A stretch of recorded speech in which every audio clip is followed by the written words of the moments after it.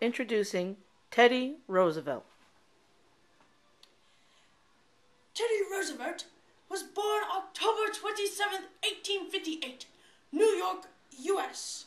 He was the second of 4 children born in a long-established, socially prominent family of Dutch and English ancestry.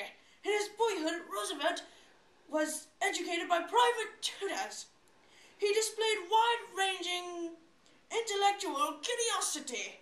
He graduated Harvard College, where he was elected to Phi Beta Kappa in 1880. He then studied briefly at Columbia Law School, but then turned down to writing and politics as a career. In 1880, he was wedded to Alice Hathaway Lee and only had one girl, Alice. After his first wife's death in 1886, he married his childhood sweetheart, Edith Kermit Cotto.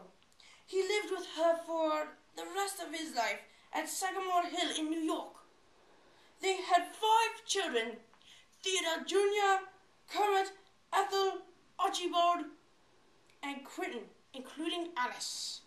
As a child, he suffered from severe asthma and weak eyesight. By dint of a program of physical exertion, he developed a strong physique and lifelong vigorous activity. In 1884, after being elected in New York State Assembly at 23, he was griefly overcome of deaths of both his mother and wife on the same day. He left the politics to spend 2 years on his cattle ranch in the Badlands of the Dakota Territory. He became increasingly concerned about environmental damage to the West and its wildlife. His attempt to re-enter public life in 1886 was unsuccessful. He was defeated in a bid to become mayor of New York City. He was now Assistant Secretary of the Navy by President McKinley, and he wanted a bigger navy because he agitated a war with Spain. After war was declared in 1898, he organized the first volunteer cavalry, known as the Rough Riders, who were sent to fight in Cuba. Roosevelt was brave and well-publicized leader. The charge of the Rough Riders on foot up Kettle Hill during the Battle of Santiago made him the biggest national hero to come out of the Spanish-American War. On his return, the Republican bosses in New York taped Roosevelt to run for governor. Elected in 1898, he became an energetic reformer. His actions kinda disturbed the bosses, so much that they had to get rid of him by getting him to go for Republican vice president in 1900. Now, a vice president of McKinley, he was powerless in his office till September 14, 1901. After hearing McKinley being shot and dying, Roosevelt was elected next president, 26th president. He was known to be the youngest president in years at the age of 42. Even though he promised to continue with McKinley's policies, he changed around some things in office at once. He renamed some things and opened the doors for cowboys, prize fighters, writers, and artists to entertain. On a hunting trip in 1902, he refused to shoot a bear cub, and because of that, it inspired a toy maker. He made a toy named after him, known as the teddy bear. Teddy bears soon struck the nation because of how popular it was. His young children would roam the White House and bring in animals and mess up the lawn. In 1905, his daughter Alice was married, and it became the biggest social event of the decade to him. In 1902, he cajoled Republican conversations, creating Bureau of Corporation with the power to investigate businesses. He also resurrected the Sherman Antitrust Act by bringing a successful suit to break up railroad conglomerate. Roosevelt pursued this policy of trust busting by initiating suits against 43 other major corporations during the next 7 years. Also in 1902, Roosevelt threatened the coal miners that he would cut off heating fuels for homes, schools, and hospitals if they keep going on strike. He also said something about calling in the army to go in the mines. All of these threats that Roosevelt said he would do, the coal miners quit the strike. During Roosevelt's first years in office, the Europeans threatened to intervene in Latin America several times. He then framed a policy statement in 1904 that became known as the Roosevelt Corollary to the Monroe Doctrine. Quoting an African proverb, Roosevelt claimed that the right way to conduct a foreign policy is to speak softly and carry a big stick.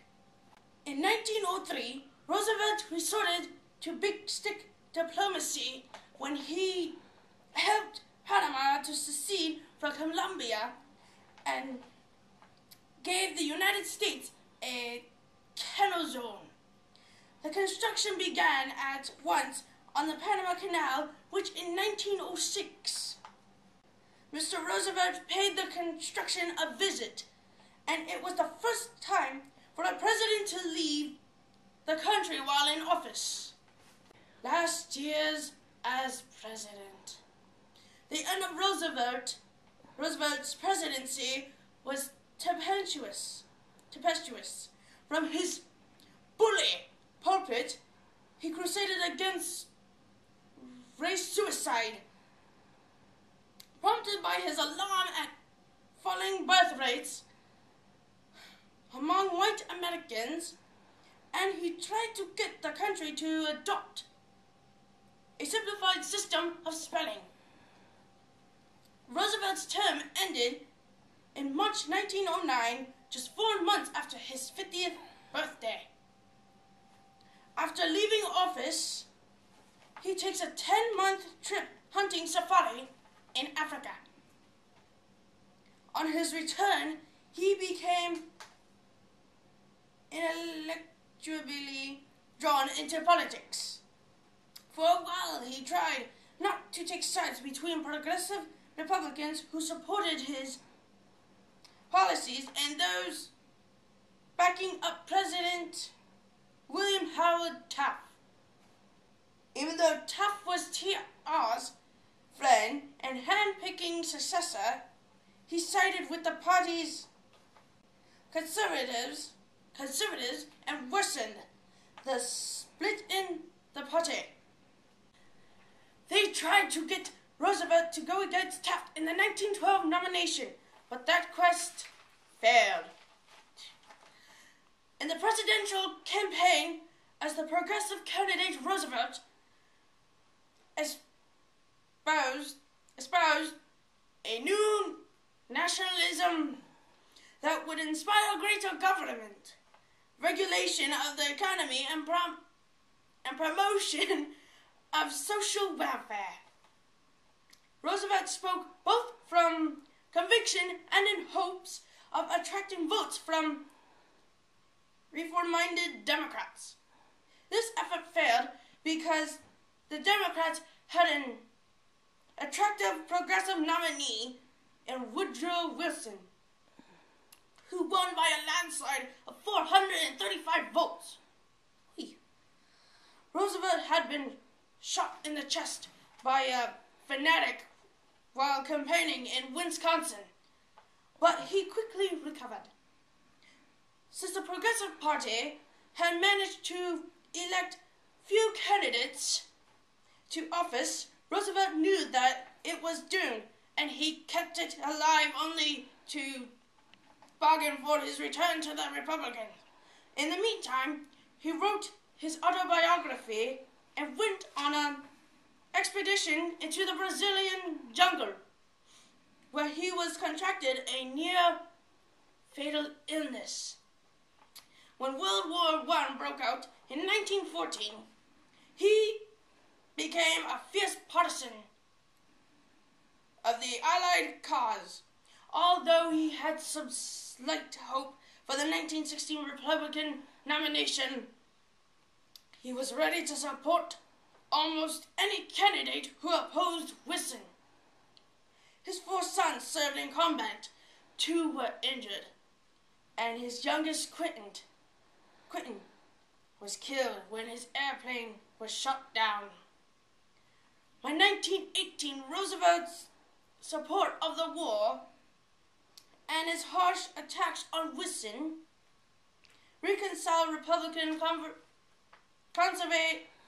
conservatives to him, and he was the odds-on favorite for the 1920 nomination. But he died in early January 1919, less than 3 months after his 60th birthday. Bully.